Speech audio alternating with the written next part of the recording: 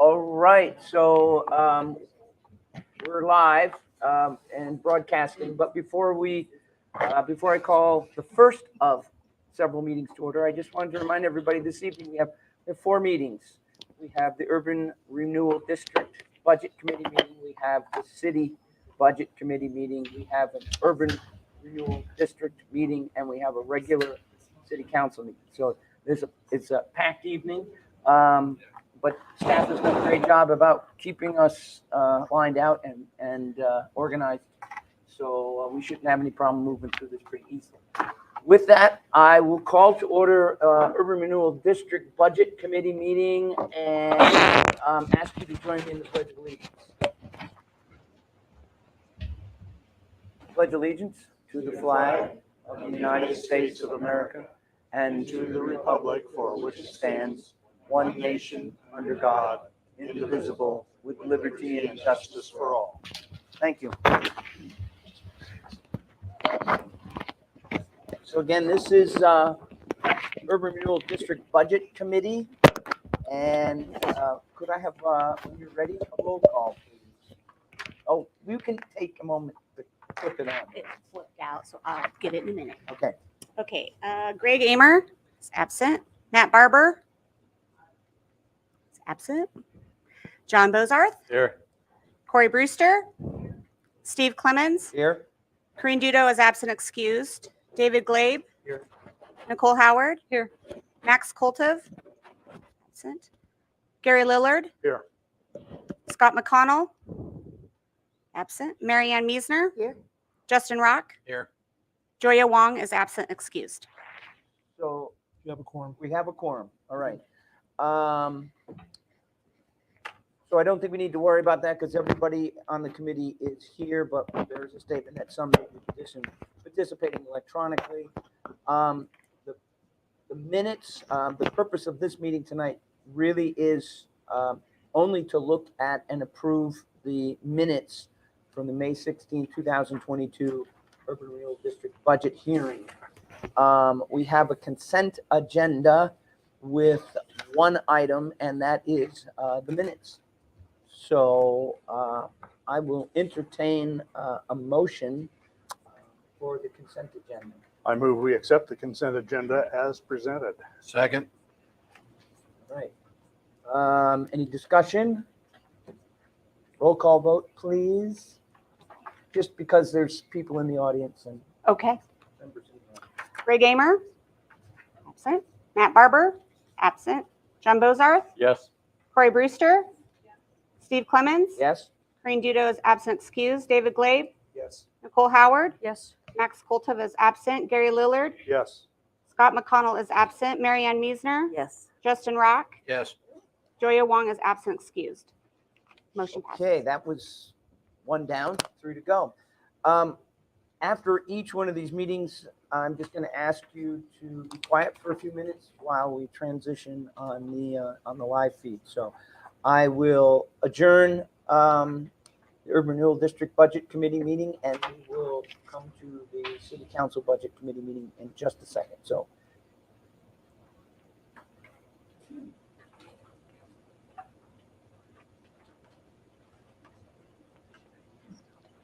Okay, I'll call to order the Budget Committee regular session with notice that some members may be participating by electronic communication, and that the sole purpose of this meeting is to approve the minutes from the May 16th and 17th, 2002 City General Enterprise and Other Funds Budget Hearing.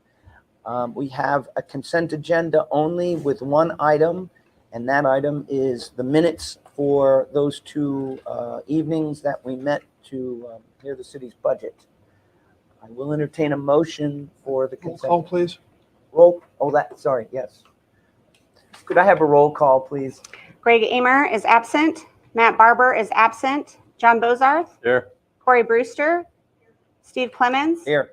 Green Dudo is absent excused. David Glabe. Here. Nicole Howard. Here. Max Koltov is absent. Gary Lillard. Here. Scott McConnell is absent. Marianne Miesner. Here. Justin Rock. Here. Joya Wong is absent excused. Right. Thank you. And just as a note, we do have a quorum. We have a consent agenda with the minutes only. I will entertain a motion for that consent agenda. I move we accept the consent agenda as presented. Second. All right. Any kind of discussion? I think we can just say all in favor, say aye. Aye. Aye. And I see Corey saying yes back there. So we've passed that one.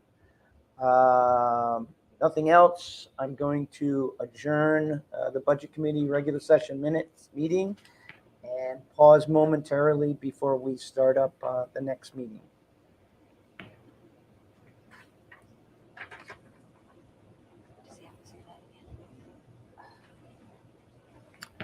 Okay, I call to order the Urban Renewal Agency regular session for June 1st, 2022. Could I have a roll call, please? Steve Clemens. Here. Gary Lillard. Here. John Bozarth. Here. David Glabe. Here. Nicole Howard. Here. Marianne Miesner. Here. Justin Rock. Here. Right. There are some things on the dais, but I do not believe they're appropriate to the Urban Renewal Agency. Is that correct? All right. We have a consent agenda with three items. One, to approve the regular session minutes from May 4th. The second one is accepting Exhibit A for fiscal year 2022, which is an intergovernmental agreement between the agency and the city. And a third one, to appoint a citizen to the Urban Renewal Advisory Commission. Normally, we do citizen appointments during new business, but in this case, we have one applicant and several positions. So we're just going to let it go right here. We have a consent agenda. Anybody want to pull anything from that? No, but I think you should say what is on that consent agenda. I just did. But I didn't hear you say, you said you were going to appoint somebody, but you didn't say who. Oh, okay. And I think that might be. Okay, on the appointment, that the person being appointed is Lauren Babcock. She has quite impressive credentials, actually, and is a native of Legrand. Come back to help her community. I move we accept the consent agenda as presented. Second. Right? Discussion? All those in favor say aye. Aye. Anyone opposed? All right, public comments. Point in the meeting where people could make public comments about any item not related to items on the agenda. Okay. We have a public hearing this evening, and if you give me a second, I'm going to move through, and that is for the agency itself. Now, we just went through a couple of meetings with the Budget Committee to approve minutes. Now the budget is being presented to the agency, and the agency will make its decision on accepting or not the budget for fiscal year 22-23. So the public hearing is now open. on the fiscal year 2022-2023 Urban Renewal District budget as approved by the Urban Renewal District Budget Committee on May 16, 2022. Robert, I think this is your gig. Thank you, Mr. Mayor, members of the agency. As was noted, the Budget Committee for the Urban Renewal Agency did vote to approve the budget. The only thing that was changed actually didn't adjust anything in the budget itself. It was to correct the $75,000 that should have been listed for the current year's facade program, but it had no impact on any of the appropriations at all for the budget. So what the agency is being asked to approve is what was submitted as a requested budget. A couple of the highlights, we are looking at an underlevy.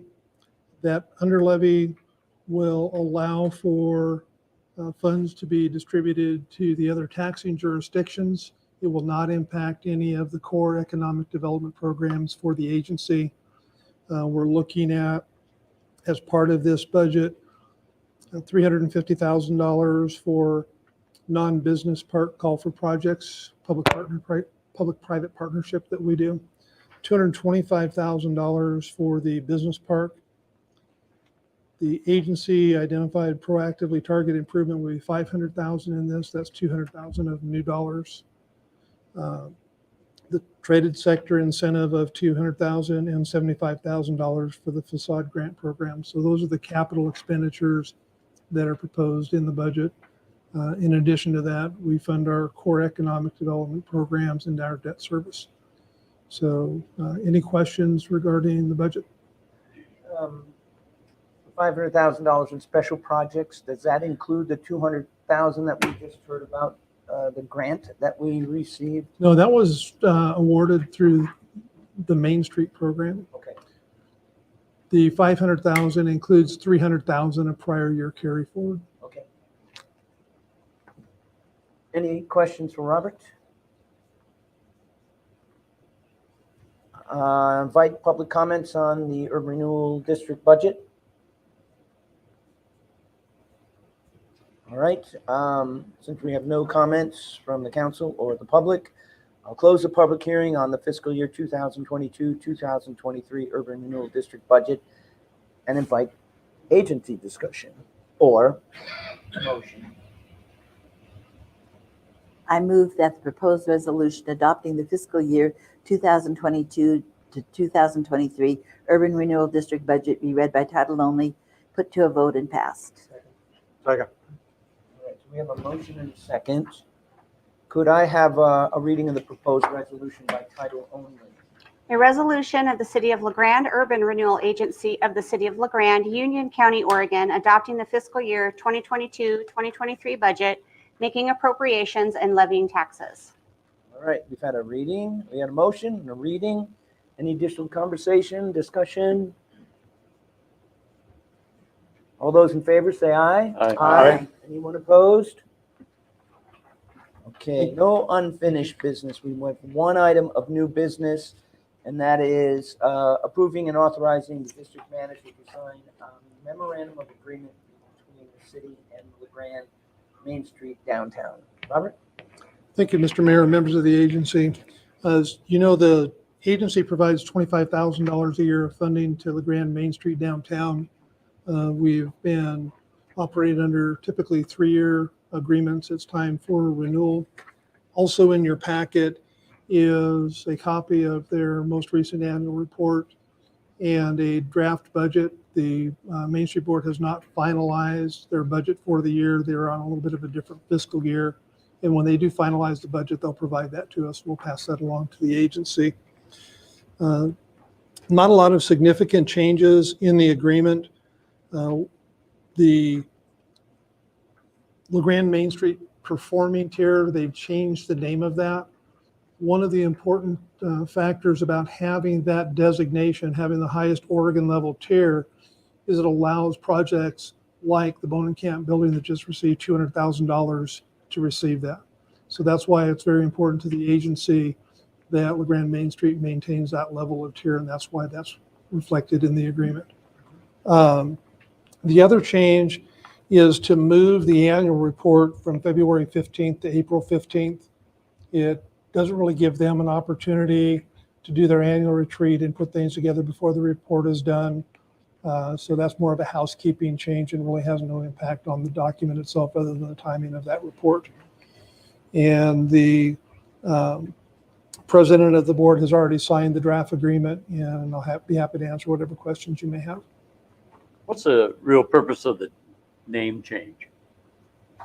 From performing to the No, highest Business tier. Development Committee to Economic Oh. Vitality Committee. The Does that main change the their main function? the Main Street program changed the name of that committee. Does it change their function? It does not. Any other questions, Robert? Yeah, I thought it was helpful to have their report summarizing what's happened in the last few years.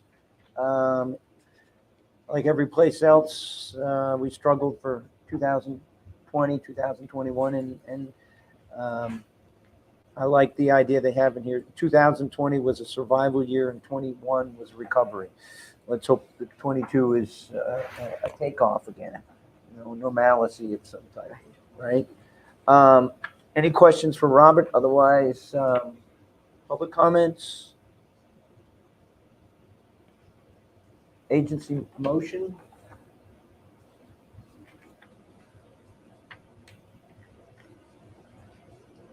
I move that the district manager be authorized to finalize a new 3-year memorandum of agreement between the Legrand Urban Renewal Agency and Legrand Main Street Downtown with the revisions as presented, and authorize the district manager to sign the agreement. Second. All right, discussion? All those in favor say aye. Aye. Anyone opposed? Okay, district manager comments? The call for projects has closed. We did receive, I believe, a total of 6 applications. So you'll be seeing those at a special session in July. Okay. That was it. That's compared to what, 2 the last time? Last time it was 2, one of which withdrew after it was awarded. So looking up. And one of those projects is at the business park. Agency members, John, comments? Dave? Nicole? Kenny? Marianne? Justin? I'm good. Okay. I'll adjourn the regular session of the Urban Renewal Agency, pause momentarily, and then we'll begin our last meeting.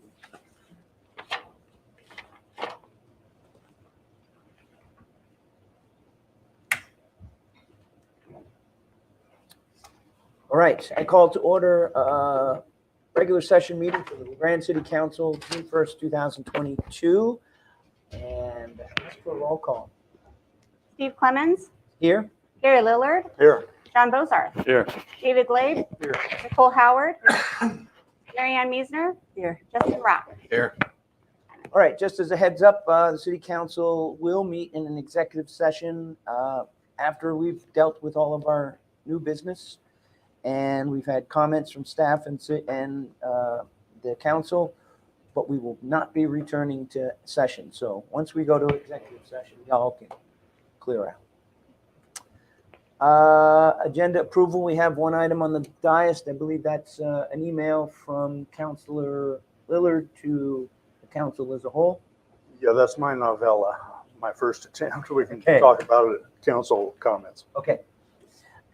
We have a consent agenda with 5 items to approve the regular session minutes from May 4th, to approve a bid award for concrete work for the citywide voluntary local improvement district, to accept the intergovernmental agreement between the city and the Urban Renewal Agency, to appoint a citizen to the the Union County Tourism Promotion Advisory Committee, and that will be, I'm going to butcher this last name, so if you please help me with this, Aaron Heitztumen. That's how I pronounce it. Okay, Heitztumen.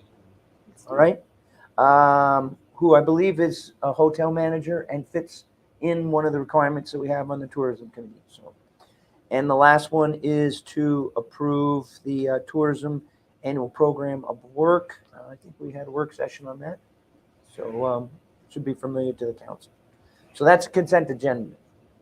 I'll entertain a motion unless anyone wants to pull any item. I move we accept the consent agenda as presented. Second. Discussion? All those in favor say aye. Aye. Anyone opposed? Public comments. Before we open the dais to public comments, we have one. Wait a second. This changed. We pulled one. Okay. You should have a revised agenda. Okay. Yes. Yes, I have the revised. That's why I paused momentarily because the one I've read before had two items. The first one is to introduce Benjamin or Ben Blackwell and Chief Cornford. Good evening, Mr. Mayor and Council. Before I introduce our newest firefighter EMT, I thought we have 4 other members of the department here that haven't been introduced. This is a new procedure for us, so I'll probably get in trouble for this, but Not at all. no, not by you. Oh. Captain Robert Tibbetts is the captain of A shift. We have firefighter Brian Jobin, firefighter Wyatt Orozco, and firefighter Kyle Wattenberg. So on with Ben. Ben Blackwell is our newest firefighter EMT. Ben hails from Klamath Falls. He and his wife Taylor moved here about 4.5 years ago. Since that time, he's been an active member of the Legrand Rural Fire Protection District. Ben completed his EMT program at the Klamath Falls Community College and has an associate's degree in fire science from Blue Mountain Community College. Ben is also a United States Marine Corps veteran. He spent 4.5 years in the Marine Corps with 1 tour in Afghanistan. So we're proud to have Ben on the department and hope that he's here for a good long time. And would you like to say something? Thank you for your service, Ben. This is Ben. Good to meet everybody. My wife are excited to get to this campus here today, and it's a pleasure to serve you guys in the community. Good to have you here. Thank you. Thank you. And nice to meet all of you. Yes. We hadn't met before. Open the dais for public comments. Anybody want to make public comments on anything not related to items on the agenda? You guys, you don't have to hang around. It's not, I know you have other things to do. Take care, yes, take care. You might want to be here. All right, seeing no public comments, we'll move on to public hearings. We have, let me get to my page. We have 2 items for public hearings. The first one is to adopt the fiscal year 2022-2023 budget. So I'll announce that the public hearing is open and that we should get a staff report and move on. Actually, we do have a declaration of conflict of interest, but Mayor, if you would read exactly what it says about what hearings are opening. Sure. Announce the public hearing is now open on the fiscal year 2022-2023 City of Legrand budgets and state revenue sharing as approved by the City of Legrand Budget Committee on May 17, 2022. I don't see anything here about declarations of conflict, but. Right. I understand. Yeah, we omitted that. Okay. Justin needs to make one. All right, go ahead, Justin. All right. I am declaring a potential conflict of interest because the City of Legrand has had and may have again a competitional awarded contract for towing services, which may have included a business in which I have interest that could receive payments from the City of Legrand General Fund. Sorry, I had to switch pages. But does not change or determine any decision I make. So I believe that I can participate in this meeting without any issues. All right, thank you. Robert. Thank you. So we do have a requested change in a decision for the council in terms of how you want to proceed this evening with the budget. So I'll touch on that first, and then I'll kind of give a recap. So what occurred was like Wednesday of last week, we opened the bids for the ADA accessible sidewalk project that the Oregon Department of Transportation is funding, where the city manages the contract and the dollars are passed through. The budgeted amount that was in the approved budget was $150,000 for that project, which we thought was adequate to cover. The low bid came in at $583,710, which prompted Kyle to immediately get a hold of ODOT. And they said, that's what we're seeing right now. And that they will in fact cover those increased costs. The issue that we have from a budget law perspective is the city council can increase appropriations, the expenditures, by 10% over what the budget committee approved. That leaves us with a shortfall of $434,000 that we have to address. We can add $202,000 to the street reserve fund budget, but that still leaves us a couple $100,000 short. One of the expenditures that's identified in the street reserve fund budget is a Safe Routes to School grant that we're intending to apply for, that if we receive it, we would then have the budget authority to actually expend the dollars and do the project. One of the options is to go ahead and adopt a budget that reduces that Safe Routes to Schools line by the $235,000, increases the ADA line to the 584 that we need, and to adopt this evening. If we do receive the Safe Routes to School grant, we would accept and receive those dollars, but we would have to budget the work for the 2023-2024 fiscal year. So we wouldn't lose out on being able to apply for the grant and receive the funds. It would just impact the timing. The other option is to approve that change, and then we would have to renotice another budget hearing, publish a new summary of the budget, and then reconvene in a special meeting to then adopt the budget with that additional amount in there.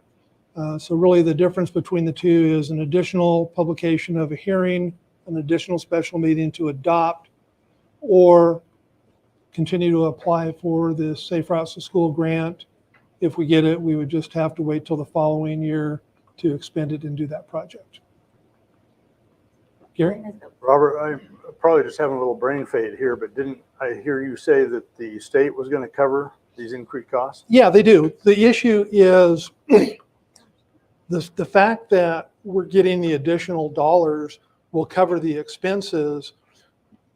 The nuance is we can't increase the budget by that additional 434 To our budget. Yeah, because the budget committee already adopted it. The bid opening was in between that meeting and this meeting. My recommendation is we go ahead and adopt with the change and apply for the Safe Routes to School money. If we get it, we would just budget that in the following fiscal year. If we end up, due to timing issues, not doing all of the projects in the street reserve fund, and we had the ability to move some things around in terms of projects, we could potentially still do that. The main thing is we can't exceed the total appropriations that are in the budget. So we'll get to that during discussion, but I just wanted to frame that conversation at the very beginning. Any questions on that element? Yeah, I just have one. When is the safe route to school grant due? Okay. And when does it usually get awarded? Usually September, October. Okay. We have about 3 to 4 months to generate an agreement. And so even if we had the money applied, we wouldn't be able to. Okay, that's what I thought, but I wanted to make sure. Thank you. Robert, is there any downside to taking the route that you propose? Any potential negative consequences of doing that? It's just the delay in timing of when we would actually be able to do that sidewalk project. I can't envision a scenario where the budget committee and council next year would not appropriate grant funds that we would at that point already have in hand to do a project. It's more about, do we want to delay the budget hearing, go through the cost of republishing and conducting another hearing? I don't think that's really necessary because of the timing. So if we didn't make changes along the lines that you're suggesting, we'd have to call a budget committee back together? No, Oh, okay. no, the city council would just have to conduct a second hearing following a republishing of a revised budget summary that identifies that change, so that we could then keep the safe routes to school in the 2022-2023 budget and do the ADA project. So it makes sense. I think the solution you propose is elegant in that it moves us forward steadily, but it gives us the opportunity to use the grant when we get it, if we get it, in a timely manner. I mean, honestly, we're just sort of putting a placeholder in there. Yep. Now we don't have to worry about that. Yeah, and it was a pretty big shock to. Yeah. It raises the question for me now, is the $235,000 enough for, I mean, is that going to be enough to do the project that you think it's going to do? Right? I mean, that's something down the line, but Well, we everything haven't even has gone applied. up. We haven't even applied for that one yet, so it may adjust what we put in the budget. Yeah, I would think you might want to reconsider Yeah. those kinds of expenses. All right, Robert, are you going to add more about the budget? I am. Thank Okay. you. So the budget committee approved the city's general fund budget as presented, as well as the city's enterprise and other funds. The budget does include reallocation of the urban renewal under levy dollars that the city's general fund is going to be receiving, putting those all into the 25. All of the urban renewal under levy dollars that are coming to the general fund will go towards street projects in the street reserve fund. And additionally, in your packet tonight is a resolution that changes the policy to allocate 25% of the unanticipated increase in cash also to streets. And so those are two different things in this budget than we've seen in past years. And so that, if my math is any good, is about $473,000 worth of money going to streets that otherwise would not be going there. This budget does fully expend all of the American Rescue Plan dollars, $3.2 million. Whether we actually spend those next year or not is really up to the council and the timing of those projects. We have a work session scheduled for the 13th of June to talk about the use of those funds.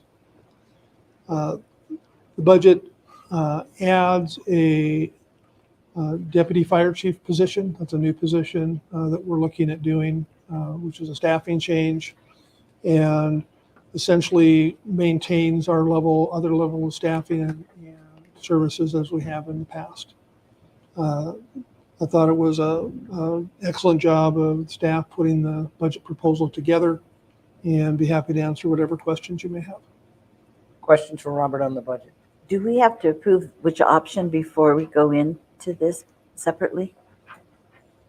The Because you have option 1 and 2 and, you do, and we'll talk about that. Okay, I thought we would do that after, if there are any public comments, before we get into the motion on the budget. Any other questions for Robert? Any public comments? All right, I'll close the public hearing on the fiscal year 2022-2023 City of Legrand budgets and state revenue sharing, and invite council discussion. that's when I should have asked the question.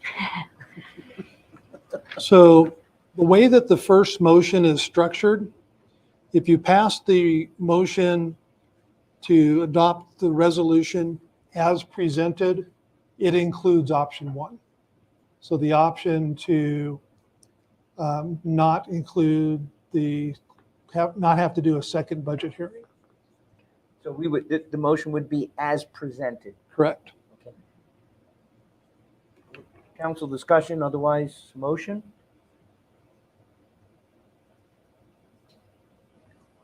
I move that the proposed resolution adopting the fiscal year 2022 2023 budget and levy taxes be read by title only, put to a vote and passed as presented. Which Do we includes have a option second? one. Second. All right, we have a second from Dave. Additional conversation? Could I have a reading of the proposed resolution by title only, please? The resolution of the City Council of the City of Legrand, Union County, Oregon, adopting the fiscal year 2022-2023 budget, making appropriations, and levying taxes. All right, we've had a reading of the proposed resolution by title, and we've got a motion and a second. Any other conversation, discussion? All those in favor say aye. Aye. Aye. Aye. Anyone opposed? Sorry, Mary Ann, did I miss you? No, that's okay. I was just going to ask, how do we know for sure that option one is that one that we approved? Just trust you. Okay. Well, But the answer to your question is if you take a look at the resolution, if you uh-huh. look at the street reserve fund, Okay. you can see that that has been increased from $226,900 to Okay, yes, I can $225,900. see that. Okay, that's how I know. That's how you know. Okay, thank you. Okay, we have one other item here, and that is a resolution to accept state revenues. We don't pass that one, how much does that equate to? I mean, I don't remember seeing the number in. About, what, $300,000 total, I think? Okay, so we want to make sure. Yeah, it's your liquor, I think gas tax may be part of that, so pretty, Okay. yeah. You want to do that. So let's see, we've done a vote. I'll entertain a motion on accepting state revenues. I move that the proposed resolution electing to receive state revenues be read by title only, put to a vote, and passed. Second. We have a motion and a second. Could I have a reading of the proposed resolution electing to receive state revenues by title only, please? A resolution of the City Council of the City of Legrand, Union County, Oregon, declaring the city's intent to receive state revenues. Further discussion? All those in favor say aye. Anyone opposed? All right, second item of public hearing is consider an ordinance. This is a first reading, so we will not be voting this evening. But it's a new Parks and Rec master plan. So I see Mike is here. There's going to be a tag team. Okay. Mike Boquist, tell us about this. Oh, wait a second. I need to open the public hearing and ask for the rules of order to be read.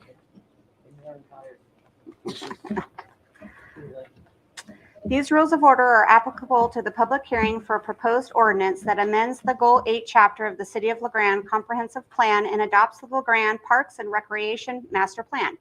This is a legislative hearing. Therefore, counselor ex parte or pre-hearing contact does not apply. The hearing will proceed as follows. The mayor will open the public hearing and request a staff report. The mayor will then accept public testimony relating to the matter. There is a 3-minute time limit for testimony. The order of testimony this evening will begin with that of proponents, those in favor, followed by opponents, those opposed, and ending with those neutral to the ordinance being adopted. All testimony must be directed toward the applicable criteria. Oregon land use law requires that all issues raised by a participant during the hearing must be sufficiently clear and specific to allow the hearing body and other parties an opportunity to respond to those issues. Failure to raise the issues during the hearing may invalidate a future appeal. If additional documents or new evidence is introduced during the hearing, any participant may request a continuation of the hearing. Any participant may request that the hearing record be kept open for 7 days to submit additional written evidence or testimony for the purpose of responding to new evidence. Unless waived, the applicant has 7 days to submit a written response. The proceedings are being electronically recorded to be converted to written minutes. When testifying, please step to the podium and clearly print your name and address on the speaker sign-in sheet. Please state only your name before addressing the council. Members of the City Council may also ask questions of the staff at any time. Subsequent to deliberation, the mayor will close the hearing. All right, so the public hearing is open and we have the rules of order. Now, Mr. Davis. Okay, thank you, Mayor and Council. So this is a proposed amendment to the City of Legrand Comprehensive Plan. And for those that aren't as familiar with it as I am anyway, that is our long-range planning document that generally forecasts out for the next 20 years. Generally, plans of parks anyway don't plan out that far. This particular plan before you tonight is about a 5-year plan.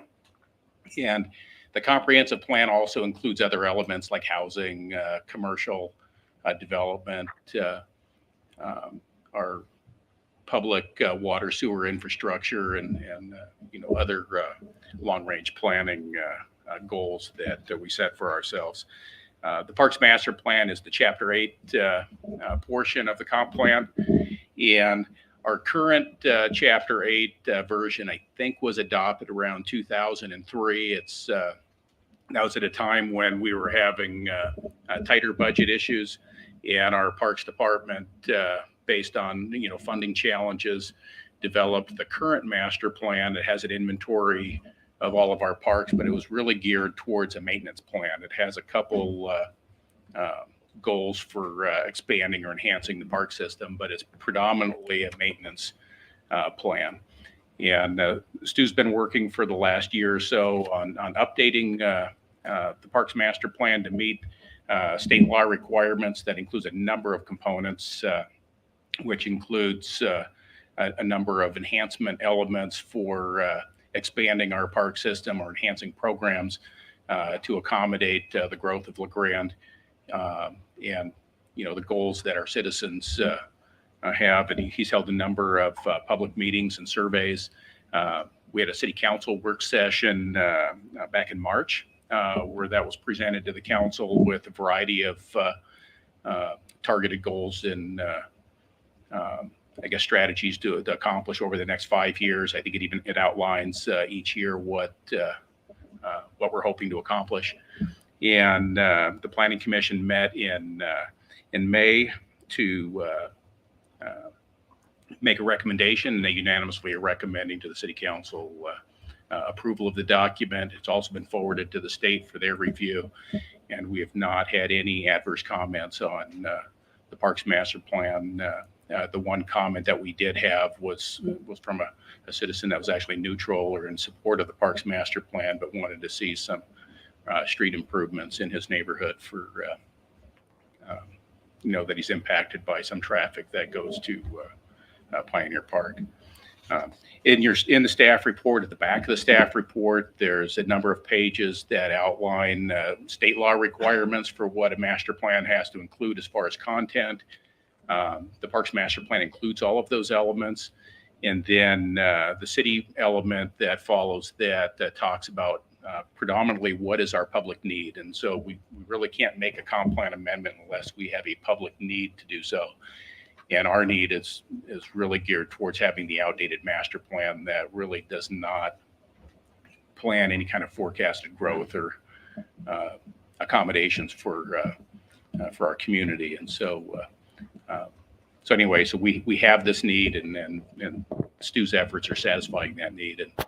And I'd be happy to answer any kind of procedural questions that you have, at this time. After this adoption, we go to the county for co-adoption and then send it back to the state. And then, and then we're done with the whole process, and it becomes formal. And it'll be done around December, January. When's the last time the Parks Master Plan was revised or reviewed? I think it was around 2003. So it was a long time ago. Yeah. And even though the Parks and Rec Commission was directly involved with preparing this plan, it goes through the planning department because it is a goal 8 rated. Because it's a comp plan element, yeah. So it's adopted into the comp plan, and hopefully down the road we did a housing one recently. Down the road you'll see an economic development effort where hopefully we'll be updating a different comp plan chapter for some of our economic development goals. But yeah, this is a comp plan goal 8 element, which the planning department goes through, and it follows a fairly strict process under state law as a land use code change. And just again, a clarification piece. This is our first reading tonight. We will not be voting tonight. This will come back to council again in July. We will vote at that point, and then it will go to the county commissioners, and they'll do the same thing. Yeah, it'll go to the County Planning Commission for a recommendation to the commissioners, and then the commissioners will hold two hearings, a first and second reading. And that's why you see that projected date going out to December, January-ish before it's complete, because of the long cumbersome process that's required. Now, does that stop parks from actually sort of moving forward with some of these things that may be in the plan? I mean, Not really. So right now, the Parks Department can apply for grants as this kind of a pending document under consideration. As soon as the City Council adopts the plan, it'll within 30 days, it's effective within the city limits. Okay. The county's process is for co-adoption within the city's urban growth boundary, and so that we can take into account most of those properties are undeveloped, but as we're looking at expanding residential uses and those kinds of things, then the park elements will come into play during those review processes. and I'm assuming since the county's role is within the urban growth boundary, we just had the urban renewal districts, like, and that kind of. Does that include Morgan Lake? It does not. That is completely in the county. Okay. So that, but the county's role in this process includes whatever's going on up, whatever elements in here include Morgan Lake. Yes, yeah, but Morgan Lake is out of the city, so really it's just kind of like a bonus element that's in there. There's no jurisdictional element since it's out of the city limits and urban growth boundary, but having it in a plan is helpful for the Parks Department with the city adoption and the county adoption as it shows a level of support for efforts and plans for that park.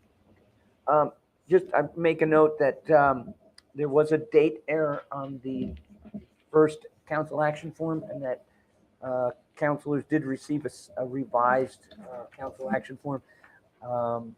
Minor thing, but I didn't think that we had approved something. We would be looking at something that hadn't yet been approved. So the date was the 14th of June.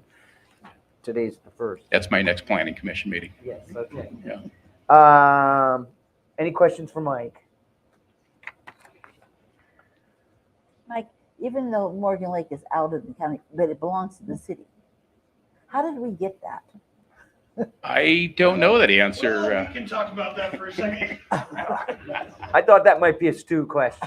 So Morgan Lake was deeded to the city for $7,500 back in the 50s or 60s.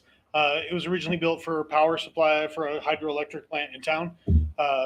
And now it's spring fed and still functions as a park. So yeah, I have the exact date, but $7,500 is how the city acquired that. And does the city still want it?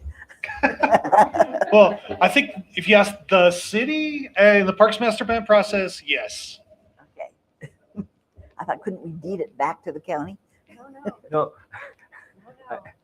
Yeah, not while I'm mayor. Okay. All right. Any other questions from Mike or Stu? Public comments. Anybody want to make comment on this master plan? Council discussion. Just to note that we had a fairly lengthy work session on this. We went over it in pretty close detail. We had an opportunity to talk to members of the Parks and Rec Commission and Mr. Spence, the Parks Director. So a lot of this is not new to us. We've seen it already. It's a good plan. Stages us well for the parks to get a lot of use in town, and I like part because Morgan Lake is in here as well. All right, if there's no additional council discussion or question, the public hearing will continue to July 6, 2022, at which time the proposed ordinance is scheduled to be read a second time by title only and considered for adoption. Could I have a reading for the first time? An ordinance of the City Council of the City of Legrand, Union County, Oregon, amending the statewide goal Chapter 8 of the City of Legrand Comprehensive Plan, recodifying the comprehensive plan, repealing ordinance number 3250, Series 2020, and all other ordinances or parts of ordinances in conflict herewith, and declaring an effective date. Okay. Moving on then, we have no unfinished business. 2 items in new business. First one is a resolution revising the fund balance classification policy. Robert referred to that earlier. Perhaps a quick review of what that is and then what you're recommending. Yeah, thank you, Mr. Mayor, members of the council. In 2019, the city passed a resolution that changed our fund balance policy, and specifically what it did was it identified that of the unanticipated increase in cash, we would put 75% of that to capital expenditures, either current year or future, and the other 25% will just roll into the city's general fund.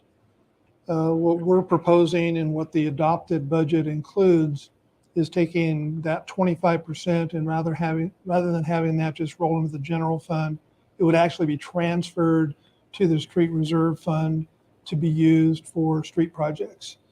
By changing this resolution, it formalizes that, and that would be the way that we would structure the budgets until such time as the council directs us to revise the resolution again. So really, this is the housekeeping piece that goes with the action to move that 25% increase in unanticipated cash towards streets. Happy to answer whatever questions you may have. Will the council have to go back and make the resolution back to what we originally did? Only if you want to change it. It would be my intent, just as we've done since 2019, to allocate 50% of that to general reserve capital improvements for future capital projects. 25% goes to make sure we have current year capital, and then the 25% we would set up as a transfer to the street reserve fund. So this would be ongoing then? Until such time as the budget committee or the council does not adopt a budget, approve and adopt a budget that includes that transfer, or the council says we want to revisit this. Okay. Whichever comes first.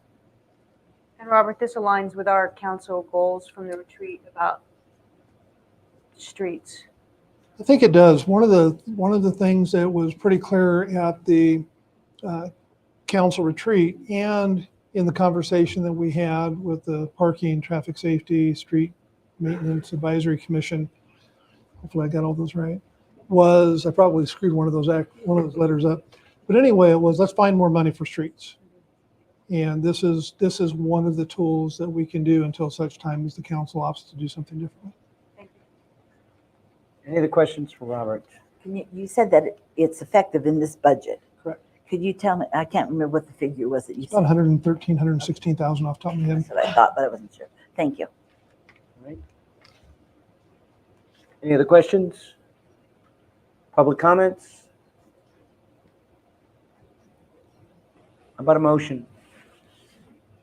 I move that the fund balance classification policy and resolution be accepted as presented, and that the proposed resolution be read by title only, put to a vote, and passed.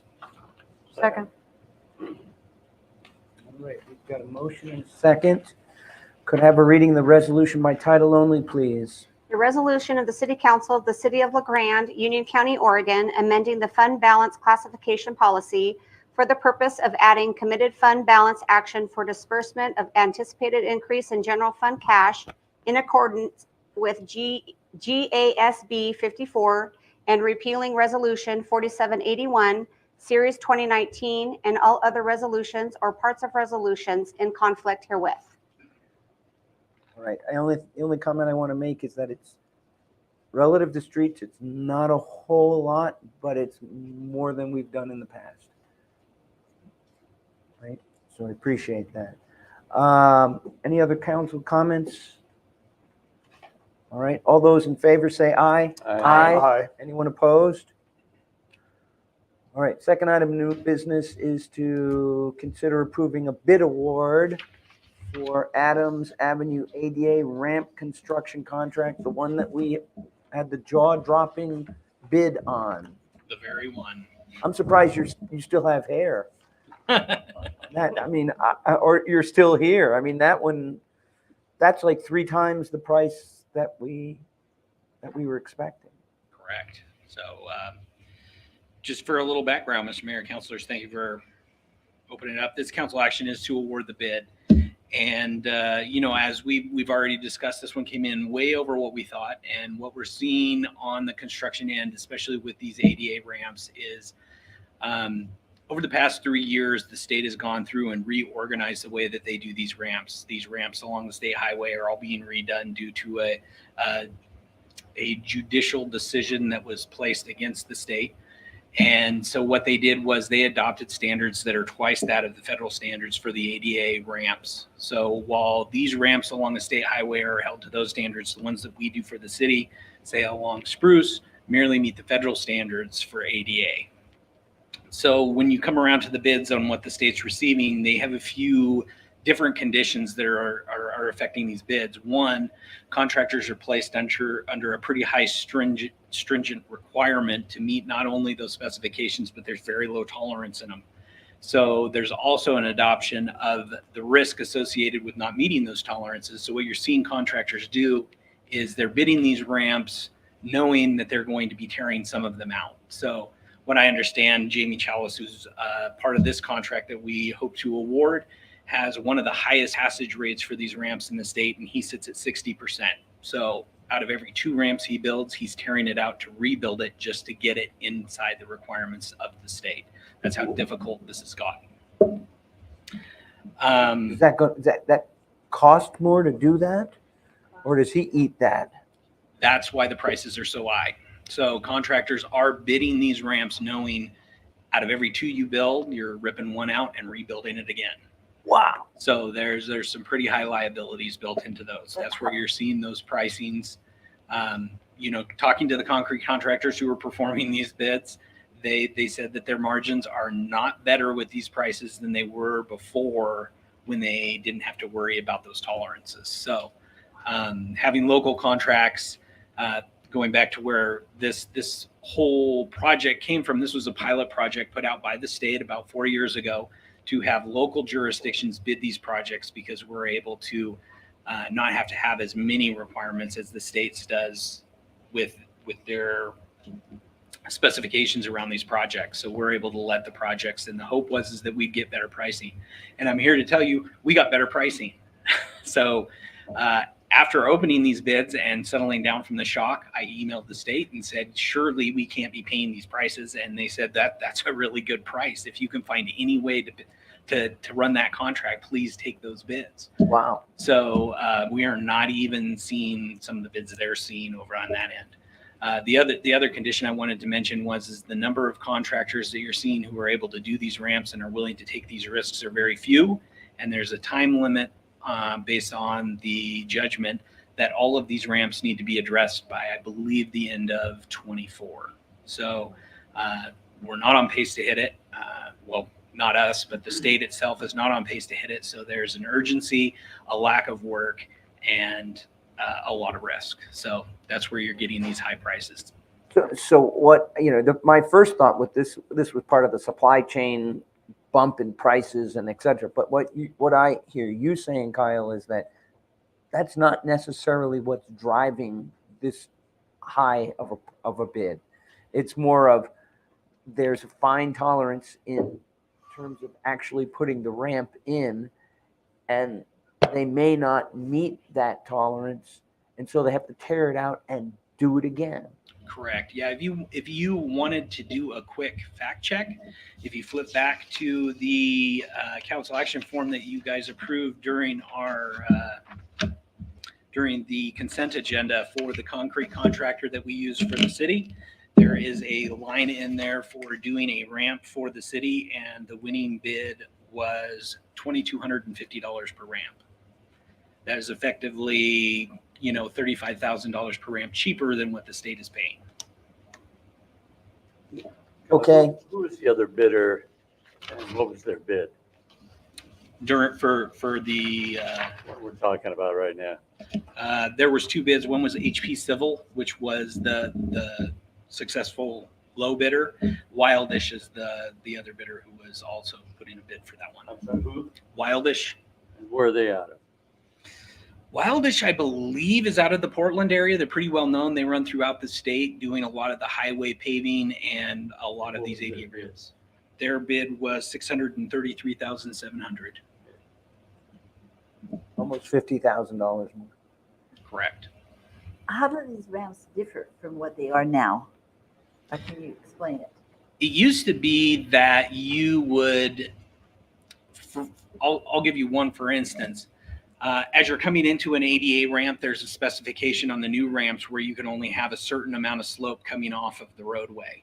So these ramps are now controlled by the cross slope of a roadway that's coming into it. So if we as the city have a side street that has had two overlays where we haven't ground in, so we've increased the slope of the roadway, you now have to take into consideration how far out into the roadway you have to remove just to meet the cross slope of coming into the ramp. So You don't end up with a Exactly. pivot like this that potentially could catch wheels and exactly. flip forward or, So merely for the cross slope measurement on a new ADA ramp, you have to take the cross slope in 6 separate areas. None of those measurements can be over the specification of the cross slope, and they have to average a certain amount as well. And I think there is 8 areas in which you have to take measurements, not just cross slope, but frontward slope, inward come from the roadway, and then also drip line. So it's a pretty intense inspection when you're right, finished you with these ramps. probably can't take those measurements until you've got the structure in place. Correct. You measure your forms, but if anybody who's worked with concrete knows, it's not an exact science. You're not in a controlled environment. If it starts raining 20 minutes after you put your concrete down, you might as well tear it out now while it's soft. Kyle, will this bid complete the project? Yes. So this one was spec'd out by ODOT of, we have enough money, do as many ramps as you possibly can do. So we went forward tackling from the end of where we've done with our streetscape projects to Island Avenue.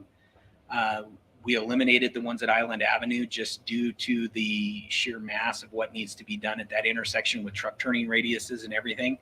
And we went section by section and eliminated, I think, 1 or 2 other ramps in that area that just were not physically going to be very easy to entertain. I think the most intensive one is at I think it's the Chevron station down there. We ended up having to include pretty much the whole driveway to tie in, and it almost got kicked out just because of the approach slope from the gas station into the entrance. And we had to file for an exemption through the state to get it to work because private property was controlling. So those, it's going to be every ramp on, it's going to be both ramps on a corner, Correct. even if it's not crossing Adams, if it's crossing one of the side streets, that ramp would be included too. Yeah, actually, a lot of our ramps down in Adams is what they used to term as a multi-use ramp. And so it comes off at a 45-degree angle. That is no longer allowed under state spec. So they believe that you do not have a clear and straight pathway for those utilizing the ramps. So they've eliminated that as a possibility. So now every corner that will be done will have 2 ramps, one going in each direction. Okay. Any other questions for Kyle? Kyle, just curious, does that impact snow removal in any way for the winter? These ones don't. That was one of the reasons we like to pull it in-house. One of the things that the state really likes to do, and you can see it over here on 2nd Street in Adams, is they like to use curbs, which really impacts us because we like to use the curb to hug up our blade against. And then when you go through the ramp, you hit that curb on the other side. We utilized you have to make a tactile space that is different than a flat surface if you're going to veer from the direction of travel. And so instead of using curbs as much, we tried to use this new form they have where instead of a stamped concrete, it's kind of a heap stamped concrete. So it's kind of a landscaping rock, but it's from a concrete and a form. So it's really rather interesting what they've done. Anything else for Kyle? Public comments? A motion?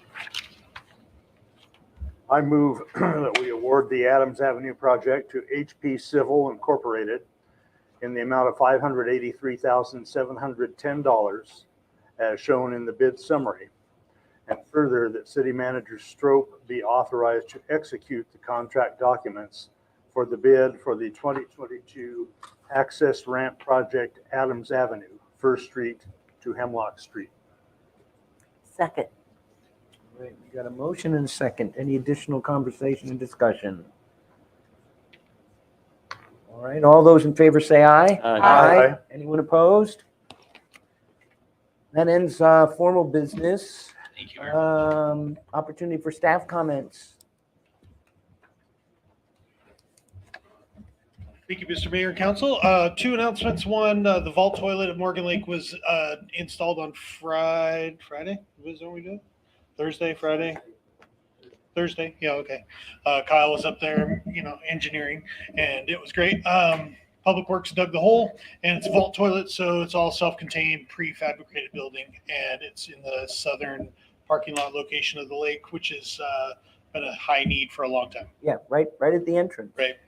And as part of that project, since we're talking about ADA, there'll be an ADA pad in front of it that has access with a sidewalk and a parking pad in front that comes out. So people that were on wheels of any kind can easily access it. So it's great.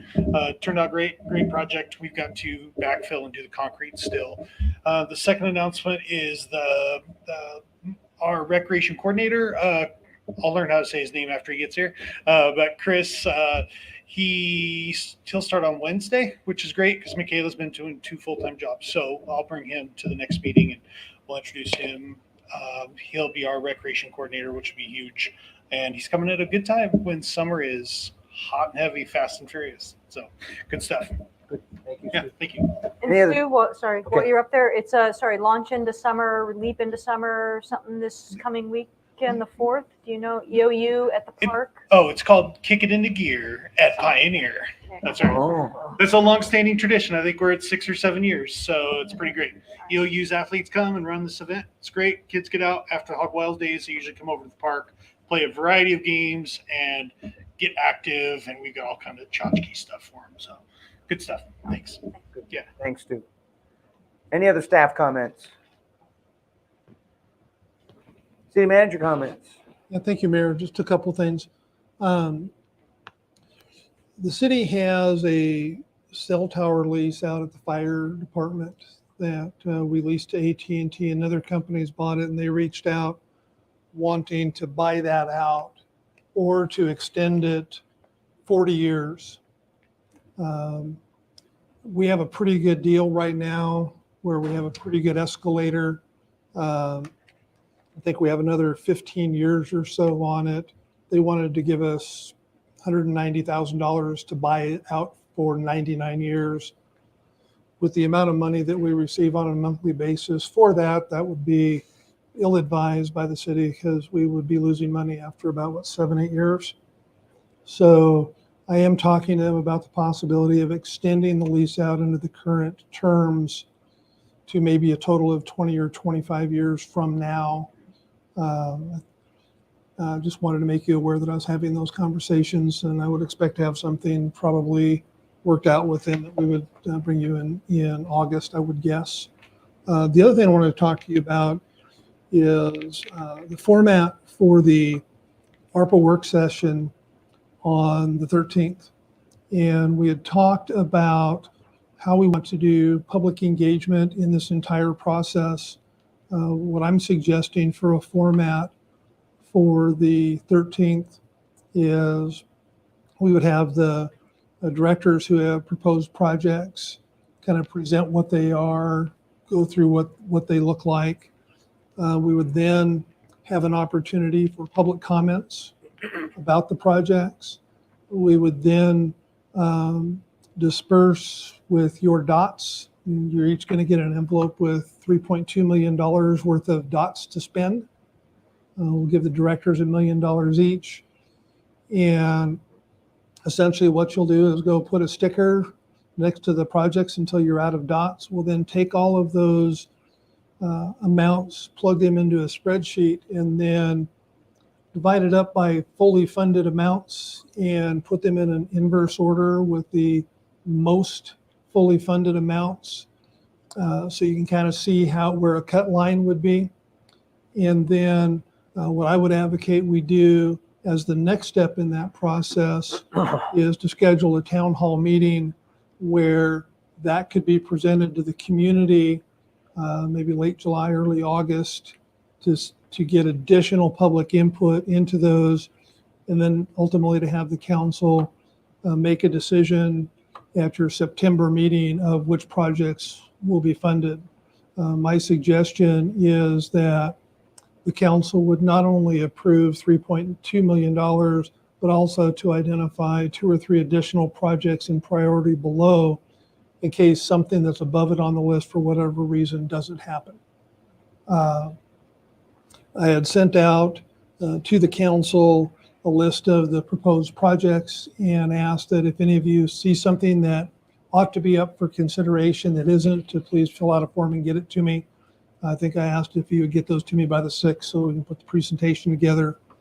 But we have, I think, a lot of pretty good projects, and I think it's, I don't know, $10 or $12 million worth of access against a $3.2 million allocation. So in terms of the work session format for the 13th, just wanted to kind of get a consensus that the presentation, public comment, dot voting, kind of order ranking with a follow-on meeting of some sort is a good way to go for the 13th, and be happy to answer questions you might have.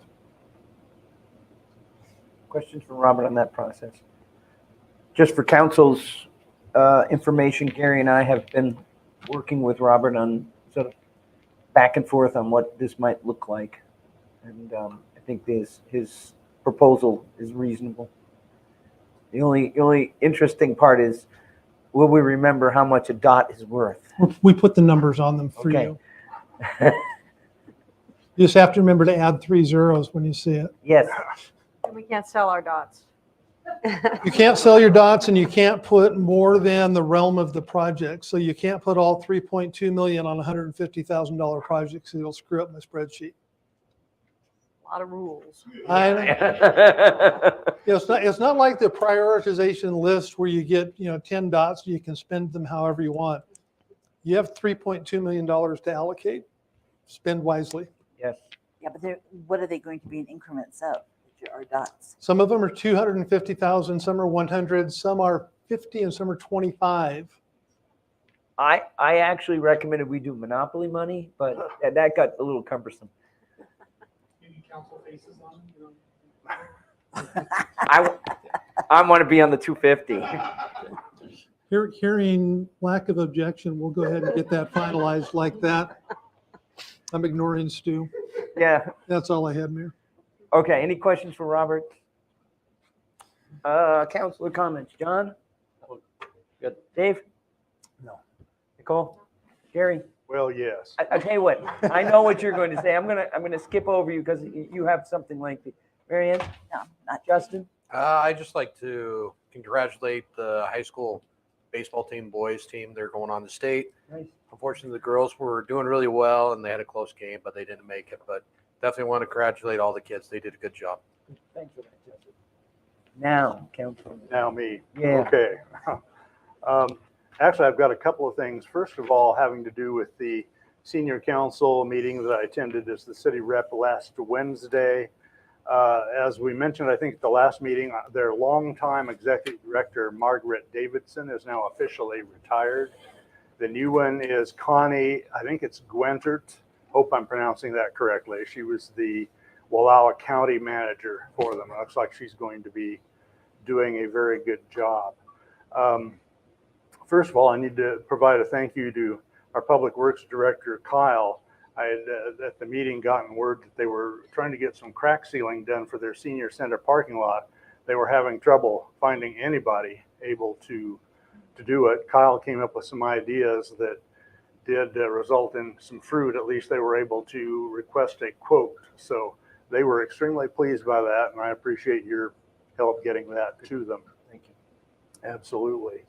The other thing that was of interest to me is that they apparently have been running a program that provided housing to homeless people.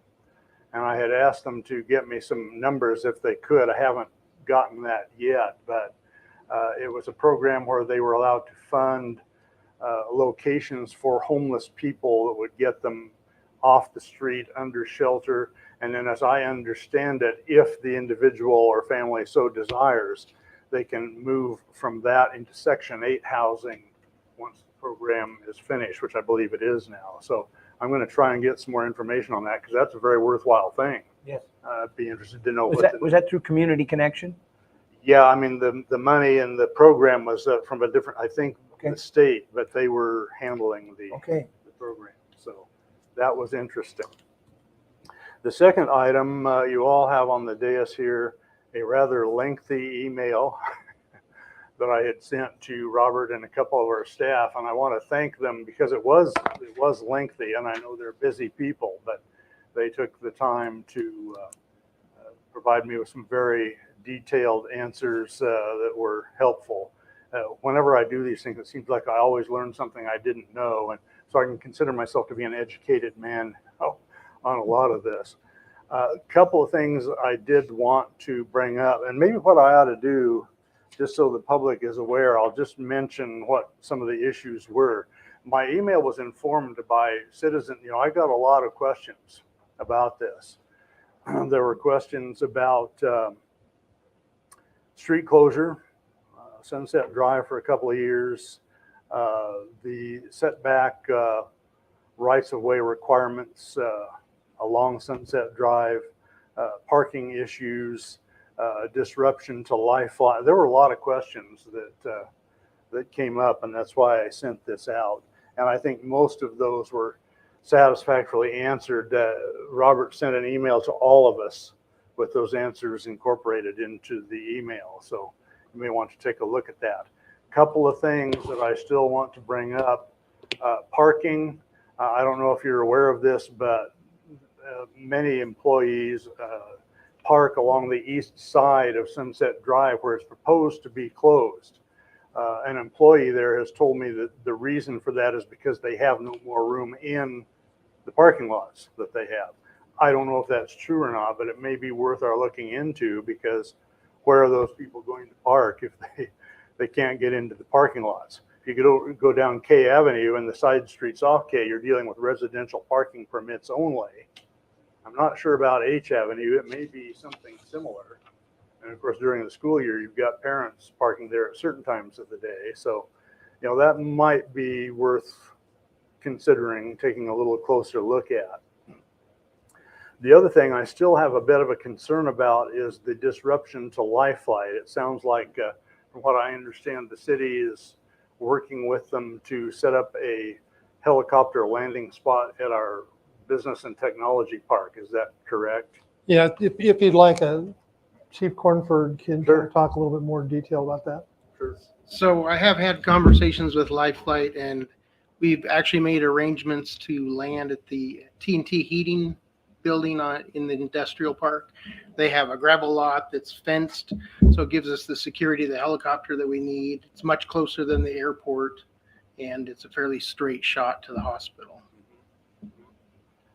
Do we know how long that entire process would take? I mean, to get somebody loaded up into the ambulance to there, loaded into the copter? No, we'd have to kind of sit down and figure that out. The reason I'm asking is because here a while ago, I accompanied somebody up to the hospital who was having some outpatient surgery done, and we happened to get a room right below the current helipad. Well, we saw a copter come in, land, and he was out almost immediately, I would say 5 minutes or less. I commented to the nurse on duty, that must have been something pretty serious. She said, yeah, that was not good.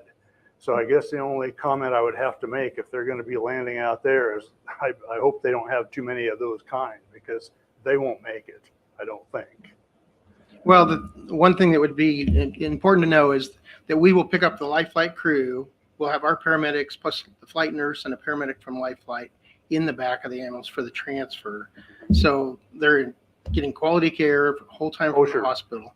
So Yeah, I don't doubt that. if they're not going to survive from there to the landing zone, they were going to have a hard time in the helicopter, I guess is what I'm saying. Even if they leave straight from the helistop, Right. they're going to have the same care as they would have on the ground transport to the helistop. Right. Yeah, well, I'm glad to hear that. And I was sure that they would get the same level of care. I was just a little bit concerned about the time. Yeah, there's a little time element. We looked at landing at the high school field, and that's not an option. Other areas around town where it affects neighborhoods and things, that's difficult. So the industrial park seemed to be the best spot to compromise between the airport and the helistop.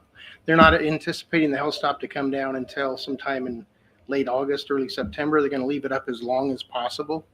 And Good. as soon as the structure is built and we get to the point where they can put it on and safely use it with all the building codes being met, then that will be one of the first things that gets done. Right. So that'll be before they finish in the interior. They're estimating 16 months. Okay, well, thank you. Well, Emmett, didn't they used to land at Central, the old Central School parking? I mean, not parking, but out in the field out there. Actually, before they had the helistop, Yeah. we did a majority of the transports to the airport. The only time we did it at Central was when it was an emergency from a scene call. We would meet them there and land and take them to the hospital. And occasionally they would send them out from the hospital. But 99% of those before the helistop, we took to the airport. Thank you. Appreciate that. The only other thing I might mention in regard to this, and I do not want this to sound like any serious criticism of our staff, because the staff do a great job on virtually everything we have to deal with, but it is helpful with these kind of massive projects if the council can get some information up front. As I say, this lengthy email was informed by questions I was getting and not able to really answer very well, and that's where it's helpful when we have staff coming to the council to keep us advised. Just a thought there. Yes. And I think that does for me. Okay, thank you. And I don't have anything. So just a reminder that council will adjourn to an executive session here. But for the time being, our regular session is over. Thank you all.